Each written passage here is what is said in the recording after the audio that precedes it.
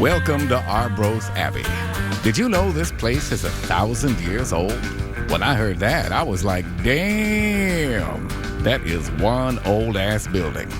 Tell us more, Craig. The Declaration of Arbroath was really a letter written to the Pope in 1320. Basically, it said, "Dear Pope, first of all, nice hat. Second of all, Scotland is independent from England and we have the right to defend it."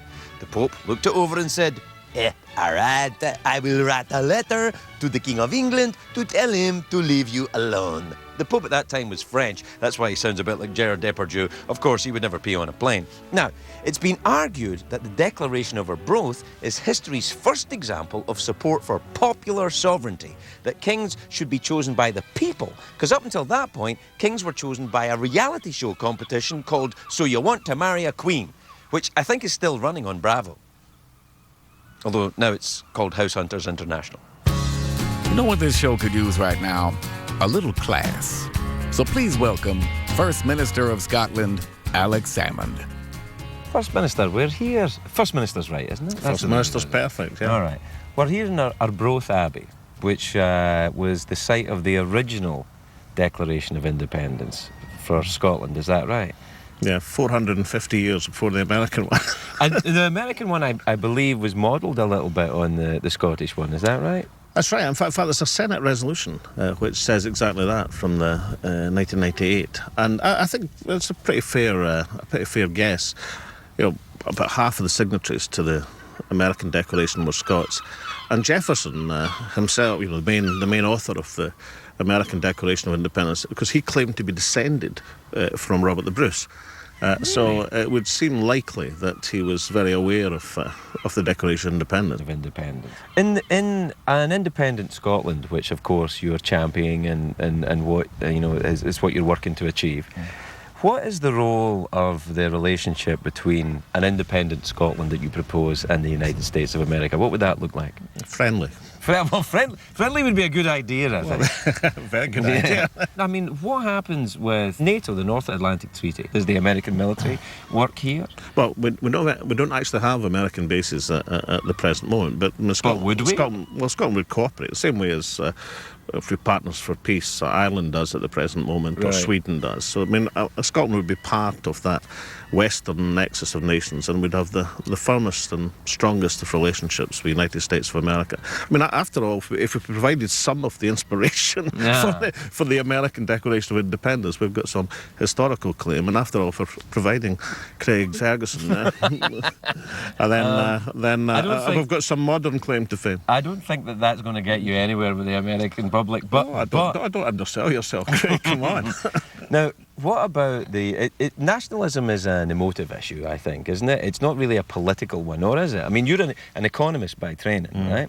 So, presumably, the ramifications of an independent Scotland economically are something you're familiar with. Well, I mean, I don't think you should look at it just in money terms, but I mean, if you wanted to look at it in money terms, we'd go from the 16th most prosperous country in the world to number 6. So we'd go up 10 places if you were just looking at it in financial terms. Why? Because, I mean, Scotland has got massive natural resources, oil, gas. Do you get to keep all that? Well, we get to keep the stuff that's Scottish, the geographical share. We get to keep the stuff that's off the Scottish coast. The stuff off the English coast would go to England. So we're talking about oil? Well, I mean, not just oil, I mean oil and gas, renewable energy, water, which is one of the great resources of the coming century. Scotland has plenty of water. I mean, our mutual friend Sean Connery once said that all Scotland needed was a good roof. Now, there's another thing. I mean, Sean Connery's famously pro-independence, isn't he? But he doesn't live here. Does that have a bearing on it? I mean, I will take no public position on it because I don't live here. You know, I think it's, in a weird way, it's not really my fight. Yeah, but I mean, there are 50 million Scots, and like yourself and Sean Connery, people either Scottish born or Scottish ancestry who live worldwide. I mean, they're all part of the Scottish family. I mean, even people who've got only remote connections with Scotland, generally speaking, have a good feeling towards Scotland. That is the most extraordinary asset internationally. It's an amazing place, but my history... The second greatest country in the world. I never said the second greatest country. I said the other greatest country in the world. Good, yeah. I may be naive, but I'm not stupid. Now, The thing is about the union of Scotland and the rest of the UK, England and Wales and a part of Ireland, and let's not get into that argument, but to my history may be wrong, but wasn't it our idea, kind of, anyway? Wasn't it, through James I and then the Union of Parliaments and the banking boys in Edinburgh saying, this is a huge resource that we can actually use? Wasn't it really Scottish politicians, bankers and clergy that created this union in the first place?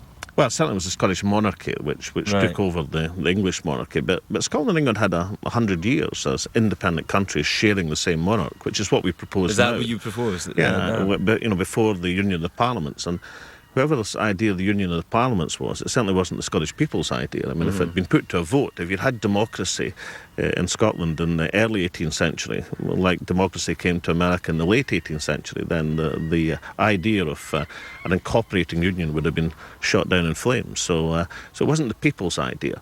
And, this Abbey, this declaration of Arbroath, I mean, what was the actual significance of it? This declaration here, way back in the 14th century, was the first declaration, probably, certainly in European history, probably in world history. It said, look, the people are significant, and the people have a role in this, not just the monarchs, the kings, the prelates, the bardens, but the people. And that was the aspect. So you're saying it was the birth of Enlightenment thought, perhaps? Well, certainly it's the birth of a kind of collective democracy, a community of the realm, as they called it. And later on, of course, Scotland contributed massively to the intellectual advance of the 18th century, which again was part of the engine behind American independence. See, this independence thing, it's a very catching idea.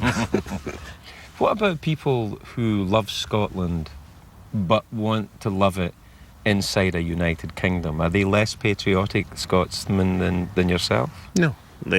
People have the right to express their politics and the right to express their identity. I mean, what we're proposing is a new type of democracy for Scotland, where we control not just some things, which we do now, thanks to the Scottish Parliament coming back, but we control not just education and health, but the economy and our international relationships. But people can have different views of what's right and what's wrong, and they're still patriotic Scots. I think what's best for Scotland is to have the people living in Scotland making the decisions about Scotland. I think that's the essence of democracy. That's my view. That's why I think Scotland should be independent. But people are entitled to disagree. In fact, they've got I'm sure they will. If we have a written constitution in Scotland, which I think would be a good idea, they'll have a constitutional right to disagree. That sounds familiar. What about the royal family take the monarchy continue in an independent Scotland, much in the same way I imagine in Canada or in those places that used to be colonies? Is that right? Well, that's right. I mean, the Queen's actually head of state 16 countries around the world at the present moment, so it'd be nice to make it 17. This is a great way of doing this. So that way you get an independent Scotland and you get your knighthood. This is good. I may have burnt my boats as far as the knighthood's concerned, but Sean Connery's a knight. But you're a lord. You play a lord in an upcoming marvellous Disney film. You're Lord Macintosh. That's true. Now, your lordship. If you give me a real lordship, that might be worth more to me than much as I love working for Disney. Well, I could make a laird or a thane, perhaps. A thane of Scotland. Thane of Glamis, thane of Cawdor, and king hereafter. That could be bad for me. Didn't that end badly for the last guy that wanted I'll tell that? you what, then, I'll make you what William Wallace was, as of Braveheart, a guardian of Scotland. I like that phrase, a guardian of Scotland. I think I might settle for that incident. And is that what you are, do you think?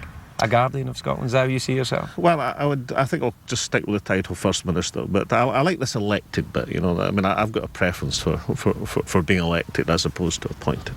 I think that's very civilised of you, First Minister, and very American, if I may say so.